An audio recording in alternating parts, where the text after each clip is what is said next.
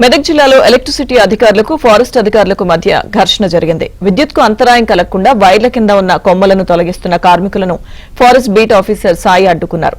విద్యుత్ అధికారులపై అసభ్య పదజాలంతో ఘర్షణకు దిగారు. ఫారెస్ట్ లోకి వచ్చి చెట్లను ఎలా నరుకుతారంటూ వాగ్వాదానికి దిగారు.